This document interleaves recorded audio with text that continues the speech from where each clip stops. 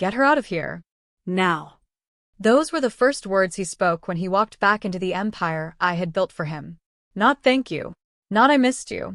Not even who kept everything alive while I was gone. No. Just cold, sharp words that cut deeper than any knife. The guards hesitated. After all, everyone in that building knew me as the boss. I was the one who signed their paychecks, who fought to keep the company alive while he rotted behind bars. But he repeated himself, his voice louder this time. I said, drag her out. And then it happened. His security grabbed me like I was some thief caught stealing. My shoes scraped against the marble floors, my nails clawed at the walls, my screams echoing through the halls of a company I had practically rebuilt from the ashes. My empire, our empire. And yet, in that moment, he threw me away like garbage. I looked at him one last time before the doors slammed shut, and the smirk on his face told me everything. He had been planning this all along. But what he didn't know was that I don't break that easily. If he thought prison made him ruthless, he hadn't seen me yet. Before I tell you how I got here, how I turned from his savior into his target, I need you to understand everything that led up to this betrayal. Because nothing about this story is simple. It's a story of love, sacrifice, betrayal, and revenge. So stay with me. And if you want to know how a man I once loved destroyed me the day he got his freedom back, and how I turned the tables on him in ways he never imagined, make sure you don't miss what comes next. Like, watch, and subscribe because this story is only just beginning. My name is Emily Carter. I grew up in a small town in Ohio, raised by a mother who worked 2 jobs and a father who left before I could even spell his name. We didn't have much, but what we lacked in money, we made up for in grit. I had a younger brother, Daniel, who looked up to me for everything. He was quiet, book-smart, and the only family I had left after my mother passed away. That's when I met him. His name was Jason Reed. He wasn't just handsome, he was magnetic. The kind of man who could walk into a room and make everyone stop talking.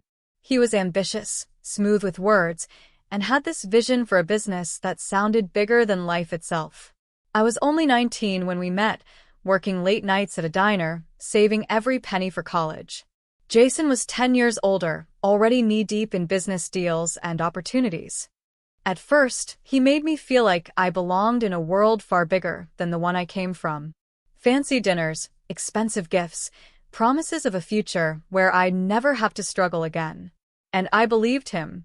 I wanted to believe him. But here's the thing about Jason. He wasn't just a dreamer. He was a schemer. And his ambition was both the fire that lit everything up and the poison that would one day destroy us. The first high of our life together came fast. Jason's real estate business blew up almost overnight. He made millions flipping properties in the city, and soon, we were living in a penthouse with floor-to-ceiling windows and cars I'd only ever seen in magazines. I thought I'd hit the jackpot. But then came the first low. I'll never forget the night the FBI banged on our door. Jason had been skimming money, making illegal deals, hiding assets. Fraud, embezzlement, money laundering, you name it. My heart nearly stopped as they dragged him out in handcuffs, right in front of me.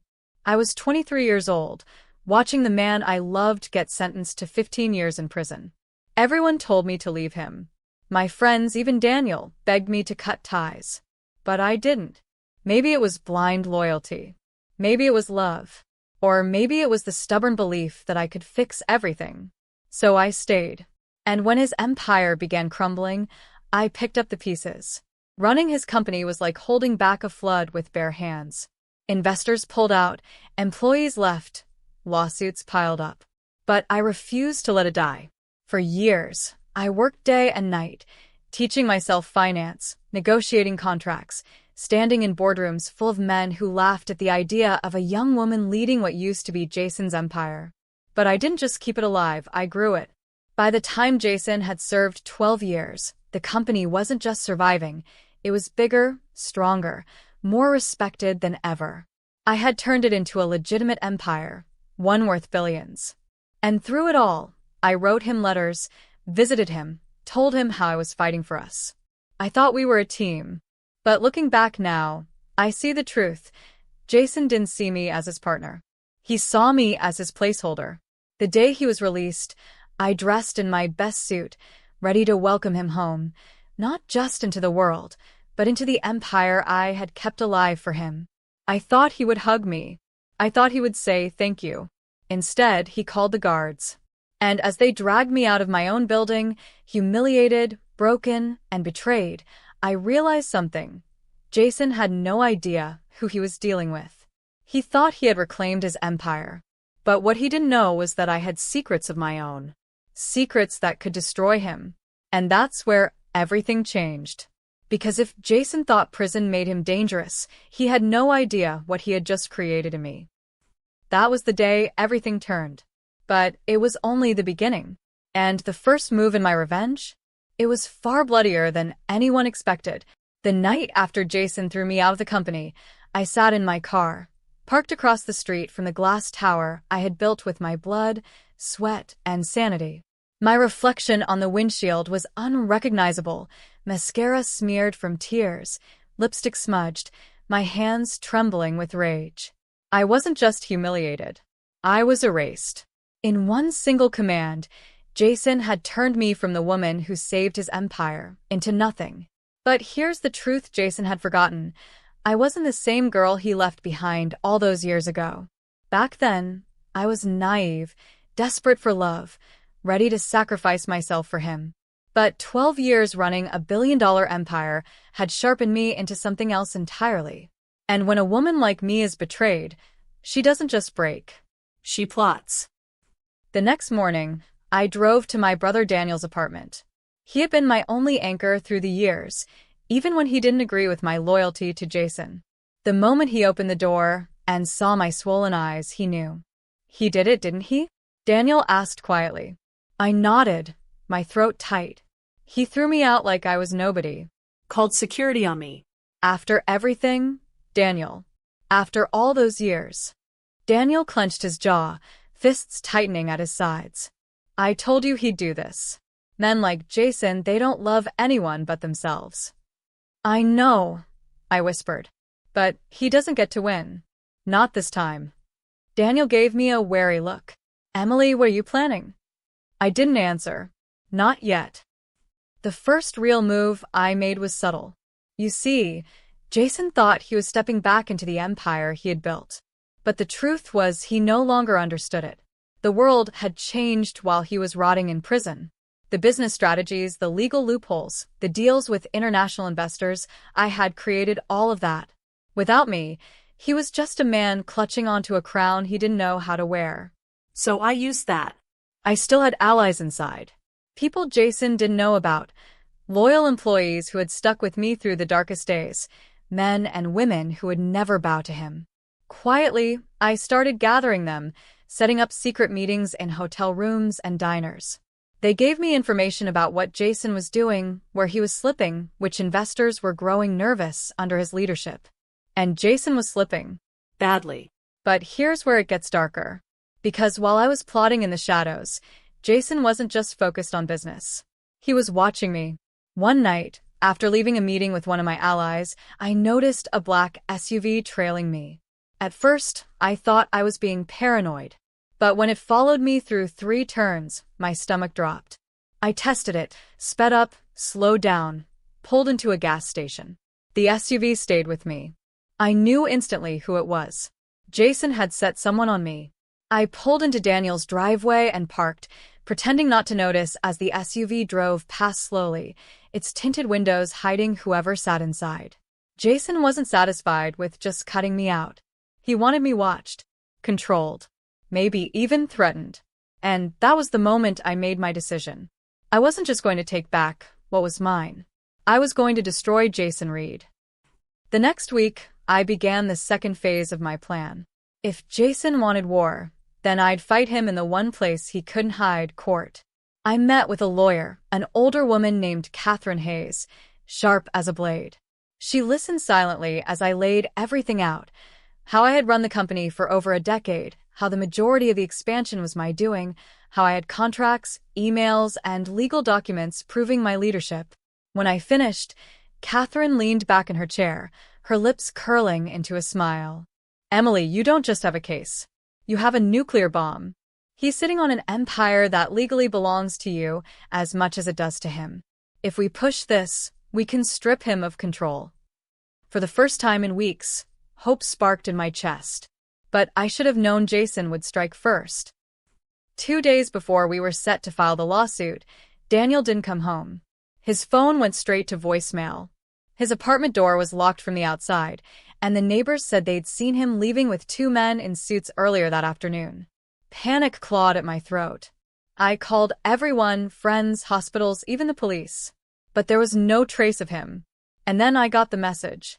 It was a plain white envelope slipped under my door. Inside was a single photo. Daniel, sitting in a dark room, his face bruised, a blindfold hanging loosely around his neck. And beneath it, a note in Jason's handwriting. Back off, or you'll never see your brother again. My blood turned to ice. For a long moment, I couldn't breathe. Jason had always been ruthless, but kidnapping Daniel? That was a line I never thought he'd cross. But now it wasn't just business. It wasn't just betrayal. Jason had made it personal. And in that moment, my revenge stopped being about taking back an empire. It became about survival. And maybe murder. The photo of Daniel sat on my kitchen table, staring back at me like a cruel taunt. His swollen face, the dark bruise under his eye, the fear frozen in his expression, it burned itself into my memory.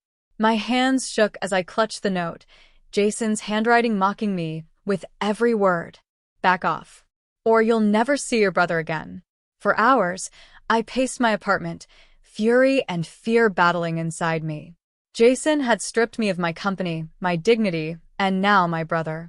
Daniel was the only family I had left, the one person who'd stood by me even when I was blind to Jason's true nature.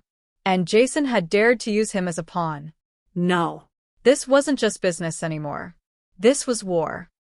The next morning, I walked into Catherine Hayes' office, my lawyer, clutching the photo in my fist so tightly it nearly tore. She took one look at it, and her sharp, confident eyes darkened. Emily, this changes everything. If Jason is holding Daniel against his will, that's kidnapping. Federal crime. But we can't just march into court with this. If we accuse him, and we don't have undeniable proof, it'll look like you're making it up to strengthen your case. He'll crush us. I slammed the photo onto her desk. Then we get proof. Whatever it takes. Catherine leaned forward, her tone cold but steady. Are you ready for what whatever it takes means? I nodded. I don't care what it costs me. I'm getting my brother back. And when I do, Jason Reed will regret the day he ever touched me. For the next week, I moved like a ghost, always looking over my shoulder, always aware of the black SUV that never strayed far from me. Jason was arrogant enough to let me know I was being watched. But arrogance breeds mistakes. Through one of my allies inside the company, a young IT analyst named Marcus, I managed to slip into the shadows of Jason's empire. Marcus had been one of my most loyal employees, and he hated Jason with a passion. He provided me access to Jason's private servers, his emails, his schedules. And buried in one of the email threads was a single clue. A transfer to a storage facility on the outskirts of a city. Cash payments. Security detail assigned. It wasn't much, but it was enough. That night, I drove out there myself, parking a block away, my heart hammering in my chest. The building looked abandoned, rusted gates, broken lights, graffiti on the walls. But I knew better. Jason wouldn't be stupid enough to stash Daniel somewhere obvious. It was the perfect disguise. I crept closer, keeping to the shadows, my breath fogging in the cold air. Through a cracked window, I saw movement. 2 men in suits, sitting by the door with guns strapped to their sides. And then I heard it. A muffled voice. Weak. Broken. Daniel. My chest tightened. He was inside. But before I could get closer, a hand clamped down on my shoulder. I spun around, ready to fight, but froze when I saw who it was. Marcus. What the hell are you doing here? I hissed. He shook his head quickly. Following you. I knew you wouldn't wait. Emily, this is suicide.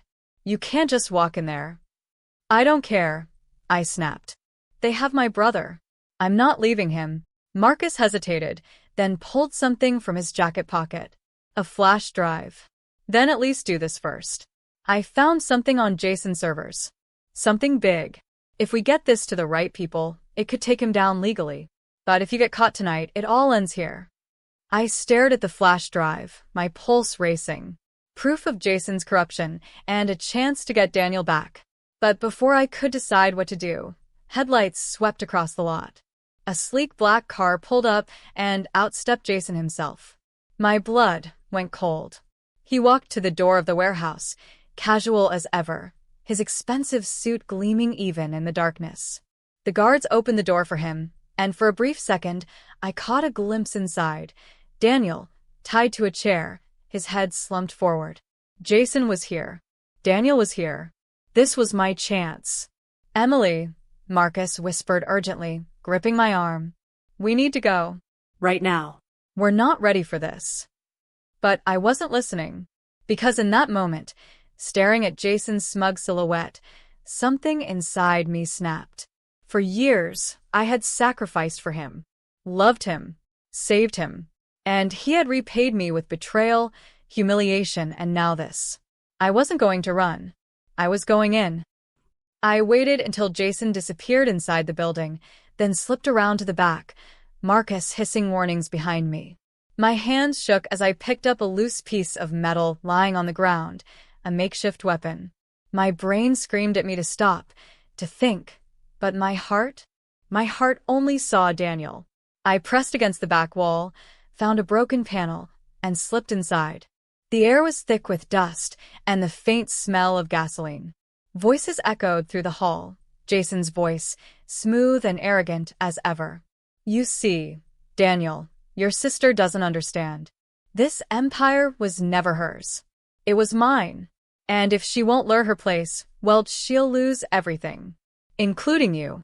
Daniel's weak voice croaked in response, but I couldn't make out the words. Rage burned through me. I crept closer, my makeshift weapon tight in my hand, my heart pounding like a war drum. And then, a floorboard creaked under my foot. The room went silent. Who's there? Jason's voice snapped.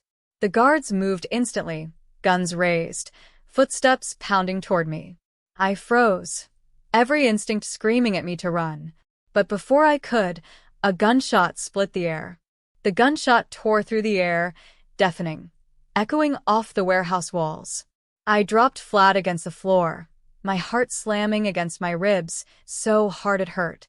Dust and splinters rained down on me from the old rafters above. For a split second, I thought I was hit.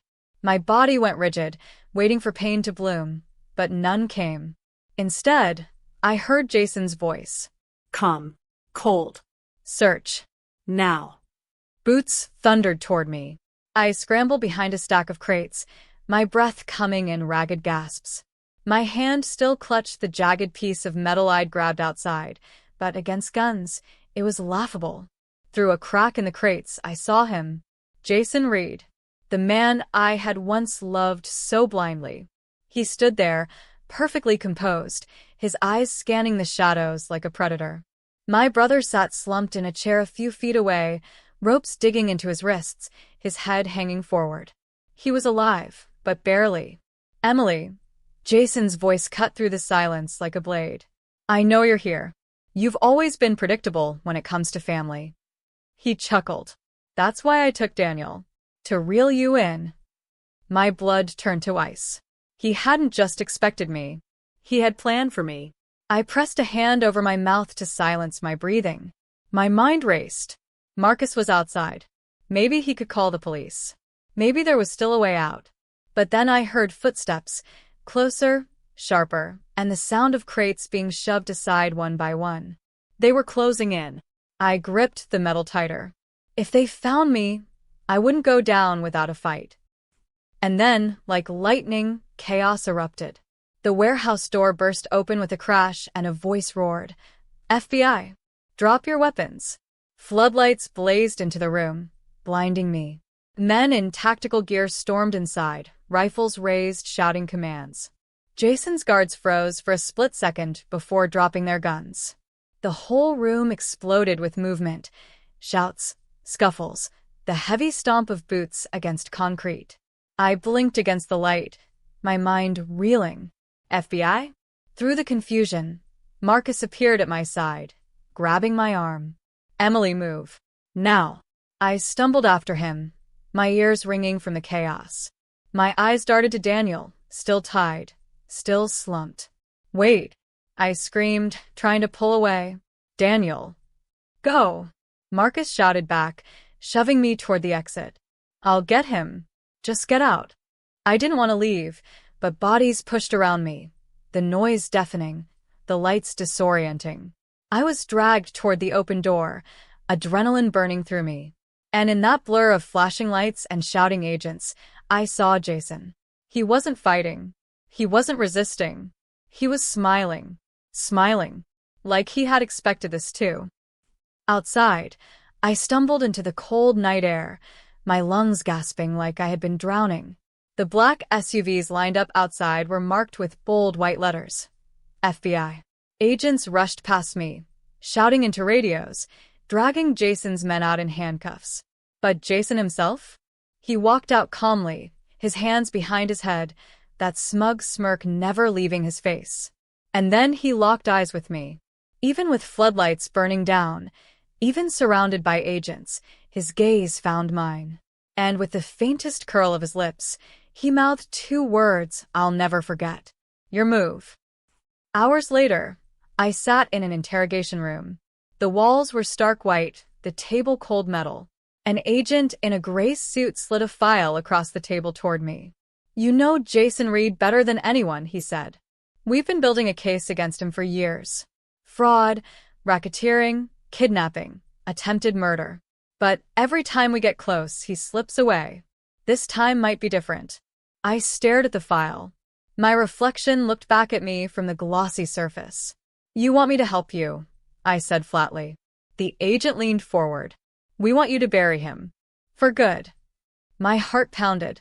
This was my chance, the chance to destroy Jason in ways he couldn't see coming. But part of me still reeled.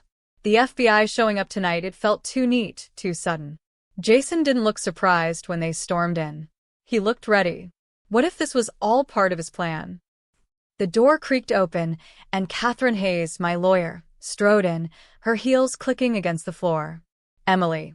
She gave me a sharp nod, then turned to the agent. We're done here. The agent frowned. We're offering her. I know we're offering. Catherine cut him off, her voice steely.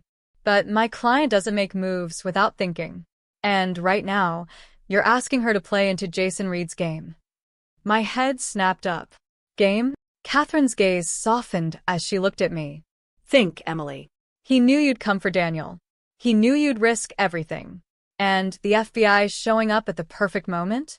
Jason isn't just fighting you in business anymore. He's orchestrating something bigger. Something we don't see yet. The agent bristled. With all due respect, Ms. Hayes, Jason Reed is going to prison. We've got him this time. Catherine crossed her arms.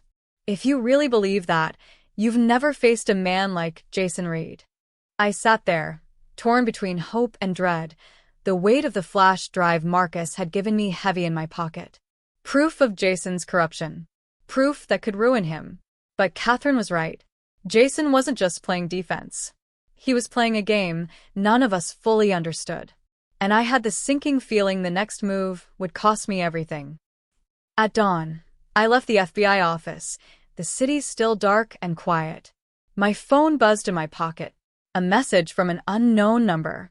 I opened it and froze. It was a video. Daniel, still tied to the chair, blood dripping down his face. And Jason's voice in the background, smooth and taunting. Did you really think the FBI could touch me, Emily? You've always been smarter than that. But if you want to see your brother alive again, you'll do exactly what I say. My stomach dropped. The FBI raid. The handcuffs. The smile. Jason hadn't been caught. He was still in control. And now he had me exactly where he wanted me. The video played over and over in my hands until my vision blurred. Daniel's face, bloodied, swollen, terrified, burned itself into me. And Jason's voice, calm, mocking, in full control, it haunted me even after the screen went dark. The FBI thought they had him. Catherine thought we had leverage. But the truth was undeniable now. Jason Reed was still pulling every string. And worse, he was daring me to play his game. I barely slept that night. My mind wouldn't stop spinning. Every time I closed my eyes, I saw Daniel tied to that chair. Every time I thought about Jason, I tasted blood, my teeth grinding so hard it felt like they'd crack. By morning, I knew one thing. I couldn't rely on the FBI. Jason had agents in his pocket. The raid had been nothing more than theater. And if I waited on the system to save my brother, Daniel would be dead. I had to do this myself. Catherine showed up at my apartment around noon. She took one look at me, still in yesterday's clothes, hollow-eyed, and sighed. Emily, talked to me. What happened? I handed her my phone with the video. She watched silently, her jaw tightening, her lips pressed into a hard line. When it ended, she looked at me. It's a trap. I don't care, I snapped. If I don't play along, Daniel dies. Catherine leaned across the table, her voice low, deliberate. Listen to me. Jason isn't just threatening you. He's conditioning you. He wants you desperate, reckless, so you make mistakes. He wants you to walk into his hand. Then I'll walk into it. I shot back, my voice shaking. But I won't walk in blind. Her eyes searched mine, and for the first time, I saw something flicker there, not just concern, but fear. Emily, you're talking like him. Don't let him turn you into what he is. I looked down at my trembling hands. Maybe that's the only way to beat him. Later that evening, Marcus came by. He looked worse than me, dark circles, a limp in his step from whatever chaos had gone down during the raid. But when he saw my face, he didn't waste time. He sent you something, didn't he? I nodded. Showed him the video. Marcus cursed under his breath. I knew it. That raid was too clean. Too easy. Jason wanted the FBI to come, and he walked right through it like it was nothing. I pulled the flash drive from my pocket and slapped it on the table. Then this is all we have left. Proof of his real crimes. We leak it to the media, to the world. We expose him. Force his empire to collapse around him. Marcus shook his head. It's not enough. Jason doesn't care about reputation. He's untouchable. Money, connections, half the city in his pocket. Emily, if you want to take him down, his voice dropped. You're going to have to do something permanent. The words hung heavy in the air. Permanent. I knew what he meant. And the terrifying thing was, I had already been thinking the same. That night, I drove alone to the riverbank where Jason and I used to meet in the early years, back when we were still drunk on love and ambition. The place was quiet, the city lights shimmering off the water, and for the first time in days, I let myself remember the man I had once loved. The man who told me I was his everything. The man I saved. The man who turned me into this. Tears burned my eyes, but underneath them was fire. Jason thought I was broken. That I would kneel, obey, beg. But he forgot who built his empire. He forgot who survived while he rotted behind bars. And now, he had taken the only person I loved. That wasn't just betrayal. That was a death sentence. For him. The following morning, I received another message. No video this time. Just an address and a single line of text. Come alone. Midnight. One chance to save your brother. I stared at it, my pulse pounding. Every part of me screamed that this was a trap. That Jason wanted me cornered, helpless, begging. But Daniel was running out of time. So, I made a choice. Not to walk in helpless. Not to walk in unarmed. I packed a knife, a gun Marcus managed to slip to me, and a recorder hidden in my jacket pocket. If Jason wanted me desperate, fine. But he was going to see just how dangerous desperation had made me. Midnight came fast. The address led me to an old factory on the edge of the city, its windows shattered, its doors rusted. The air smelled of oil and rot. My footsteps echoed as I stepped inside, every shadow twisting into a threat. And then I heard it, a low laugh. Jason stepped out from the darkness, his suit immaculate, his smile sharp as glass. Behind him, Daniel was tied to a post, his head hanging, his chest rising and falling shallowly. Jason spread his arms like he was welcoming me home. "Emily," he drawled, "you never disappoint." My grip tightened on the gun hidden in my coat pocket. My heart raced so hard I thought it would burst. Because standing there, staring at the man who had once been my entire world, I realized this was no longer about saving Daniel. This was about ending Jason Reed. But before I could even raise the gun, Jason snapped his fingers. And two more men stepped out of the shadows, each holding a weapon trained directly at me. His smile widened. "You didn't really think I'd make it that easy, did you?" The sound of those safeties clicking off froze my blood. Two guns aimed squarely at my chest, and Jason standing there like a king on his throne, perfectly calm, perfectly in control. I tightened my grip on the pistol hidden in my coat pocket, but I knew the truth. If I tried to pull it, I'd be dead before the barrel cleared the fabric. Jason smirked, stepping closer, his polished shoes echoing against the cracked concrete floor. "See, this is what I've always loved about you, Emily. You're brave, but so painfully predictable. Always walking straight into the fire for the people you love. That's why you're dangerous. But it's also why you'll never win." Behind him, Daniel stirred weakly, lifting his head. His lips moved, his voice hoarse. Don't do it, Em." My heart twisted. Jason crouched beside my brother, gripping his hair to force his head up. Daniel winced, but Jason just smiled like it was a game. "You know," he mused, "I used to admire your loyalty. But now, I think it's your greatest weakness." "Let him go," I hissed. "This is between you and me." Jason's eyes glittered. "Oh, it's always been between you and me. From the very beginning. But Daniel?" He leaned closer to my brother's ear, lowering his voice. "Daniel is just leverage." Something inside me snapped. I stepped forward, my rage boiling hotter than my fear. "You think you're untouchable, Jason. You think you're smarter than everyone else. But here's the truth. Without me, you're nothing. I built your empire. I kept it alive. And I can burn it to the ground just as easily." Jason chuckled, rising to his feet. "There's that fire I remember." He turned to his men. "Search her." One of the guards stepped forward, yanking my arms behind me, ripping the gun from my coat, tossing it across the floor. My knife clattered out next, sliding into the shadows. Jason picked up my pistol, turning it over in his hand like a toy. "Cute. You actually thought you could kill me."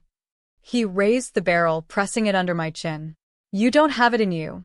I forced myself not to flinch, my eyes locked on his. "Try me." For a moment, silence stretched between us, thick with tension. Jason studied me, his smirk never fading. And then he lowered the gun.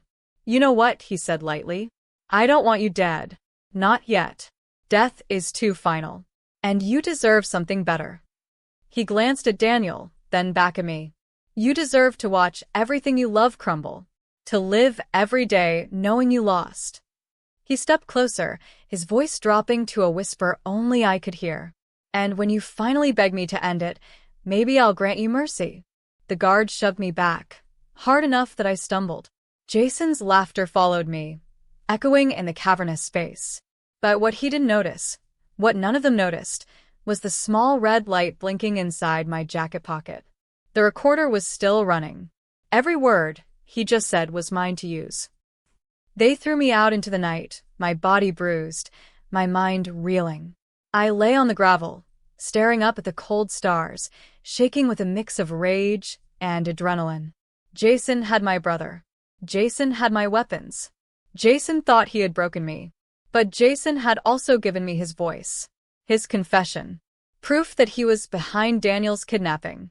And for the first time, I had something to fight him with that he couldn't just erase.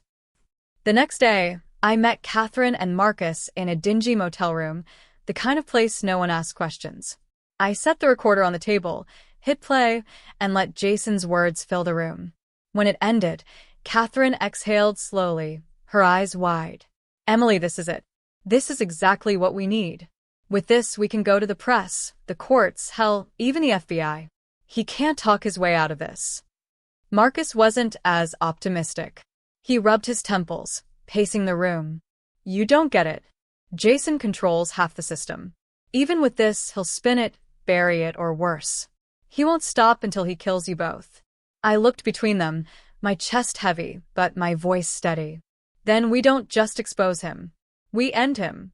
Completely. Catherine frowned. Emily. No, I slammed my fist on the table. This isn't just about the company anymore. Or revenge. Or even me.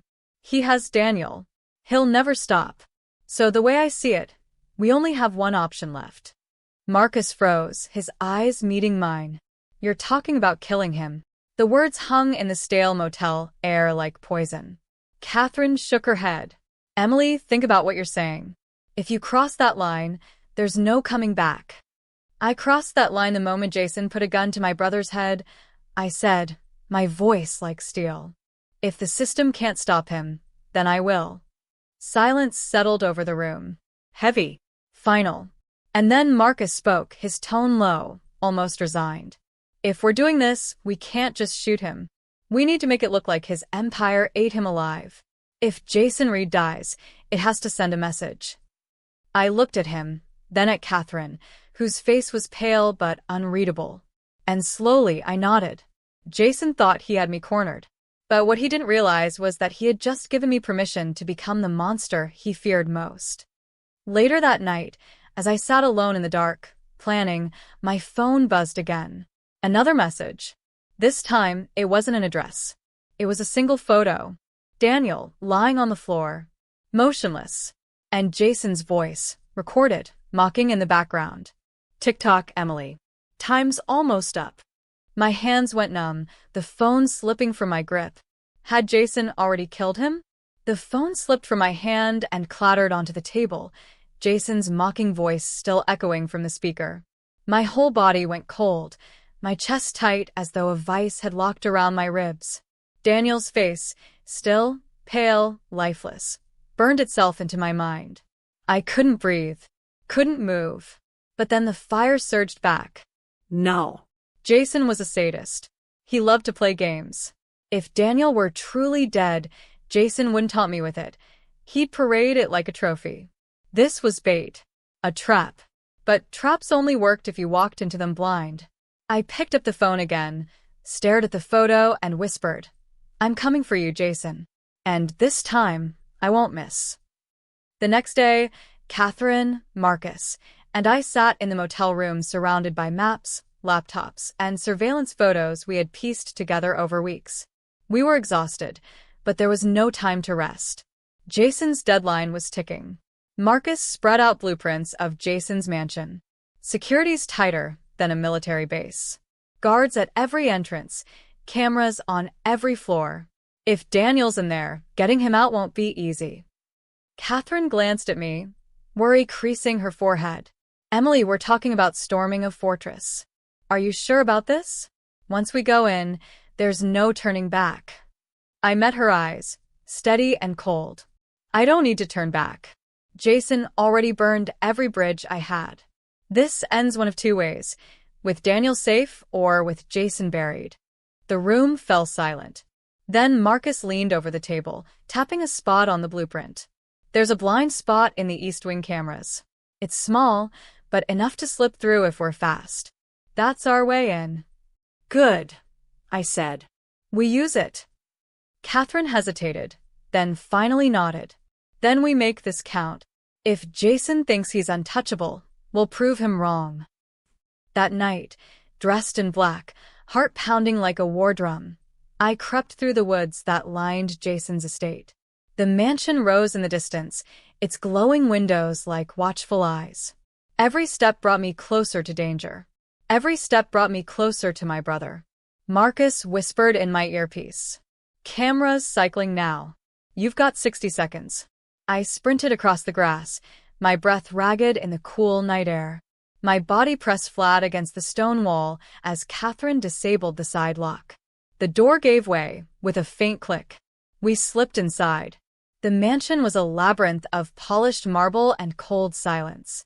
Paintings of Jason's ancestors glared down from the walls, their eyes following us as we moved. I could almost hear Jason's voice whispering in my head, "You'll never win, Emily." But I pushed it down, one room at a time, one step closer to Daniel. Marcus guided us through corridors, bypassing guards, ducking under cameras. Every second felt like stolen time. And then Catherine froze. Footsteps. A guard rounded the corner. Before he could shout, I lunged, slamming my elbow into his throat. He gagged, his weapon clattering to the ground. I caught it before it hit the marble, my heart thundering. We dragged him into a side room, leaving him unconscious on the floor. My hand shook, but I forced the fear down. No mistakes. Not tonight.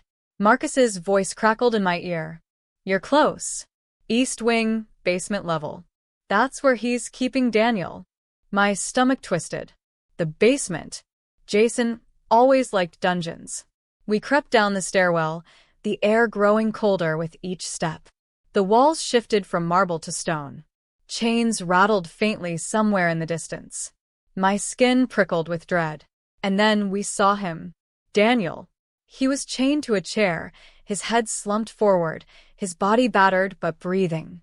Relief hit me so hard my knees almost buckled. Daniel. I whispered, rushing forward.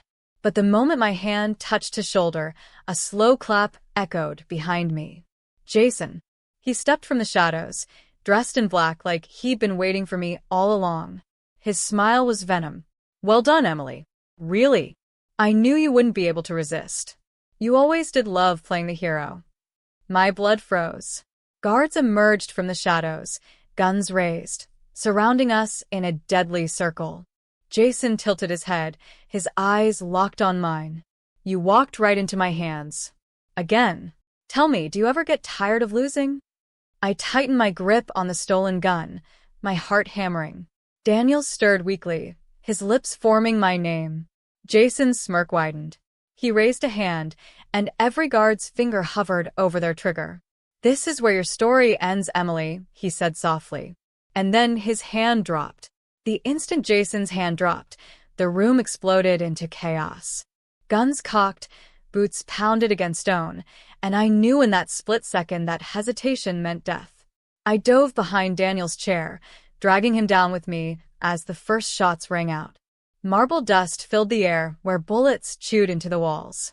Catherine fired back, her gun blazing, while Marcus's voice screamed through the earpiece. Emily, move. Now.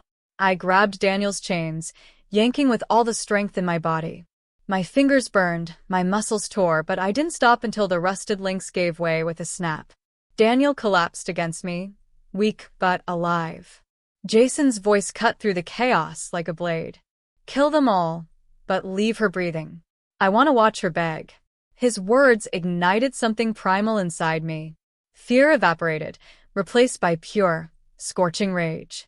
I shoved Daniel toward Catherine. Get him out. Now. She shook her head, firing another shot. Not without you. I locked eyes with her, voice steady despite the storm inside me. You'll lose us both if you don't go. Please. Go. Catherine hesitated one heartbeat too long, but then she grabbed Daniel's arm, hauling him toward the stairwell. And that's when I turned my full attention to Jason. He stood at the center of the room, untouched, as if the bullets and chaos around him belonged to someone else's world. His smirk never faltered. His eyes gleamed with that sick enjoyment he always got from watching me fight. You could have been queen beside me, Emily, he said, his voice calm amid the gunfire. But you had to make it personal. You had to think you were better than me. I raised my gun, my hand steady now. No, Jason. I just never wanted to be a monster. And then I fired. The bullet tore past his shoulder, grazing him. He staggered, his smirk faltering for the first time. I didn't give him a chance to recover. I charged, slamming into him with the force of every year he had stolen from me. We hit the ground hard, his gun skittering across the stone floor. His hands clamped around my throat, squeezing. My vision blurred, spots dancing in front of my eyes. But I wasn't the same Emily he'd left behind years ago. I wasn't weak anymore. My hand found a jagged piece of broken chain on the floor. I gripped it, raised it high, and with a guttural scream, I drove it into his side. Jason roared, his grip loosening. I gasped for air, shoving him off me. Blood soaked his shirt, his face pale but his eyes still burning with that twisted hunger for control. "You'll never win," he rasped. I stood over him, chest heaving, every fiber of my being trembling with fury and exhaustion. My gun lay only inches away. I picked it up, aimed it between his eyes. And for a moment I froze. Because this was it. This was the end. Jason, the man who had dragged me from love to betrayal, from trust to ruin, from hope to hell, was finally powerless. "Emily, move." Marcus's voice screamed again. The stairwell shook as more guards poured in. Catherine's desperate voice echoed. "Emily." I looked down at Jason one last time. His smirk was faint now, but it was still there. He wanted me to pull the trigger. He wanted me to cross that line. So instead, I lowered the gun. "Rot in the hell you built," I whispered. And then I smashed the butt of the gun into his temple. His body went limp, unconscious. I ran. The rest was a blur, bullets, shouting, smoke bombs Marcus had planted, Catherine dragging Daniel through the chaos while I covered them. Somehow, by a miracle or sheer stubbornness, we made it out. The four of us stumbled into the woods, the mansion blazing behind us. Jason's empire, the one I had built with my blood and tears, the one he had stolen, was burning to the ground. Daniel leaned against me, weak but alive. Catherine's face was streaked with sweat and dirt, but her eyes shone with fierce relief. Marcus clasped my shoulder, his grip firm. "You did it," he said. "He's finished." I shook my head, staring at the flames devouring the mansion. "No. This is just the beginning. Jason's still out there. He'll crawl back from this if we let him." But deep down, I knew something had shifted. Jason wasn't untouchable anymore. For the first time, he was wounded, cornered, broken. And for the first time, I wasn't afraid of him. Weeks later, newspapers called it the fall of Jason King. His empire collapsed overnight, accounts frozen, allies fleeing, his name dragged through the mud. The world finally saw the monster he was. But for me, it wasn't about headlines or justice. It was about the quiet moments. Daniel sitting at our kitchen table, smiling weakly as he healed. Catherine laughing again after months of silence. Marcus teaching me how to breathe again when nightmares clawed at me. It was about reclaiming my life, piece by piece. Still, every night when I closed my eyes, I saw Jason's face. The smirk. The promise in his eyes. This isn't over. And maybe it wasn't. But the difference now? Neither was I.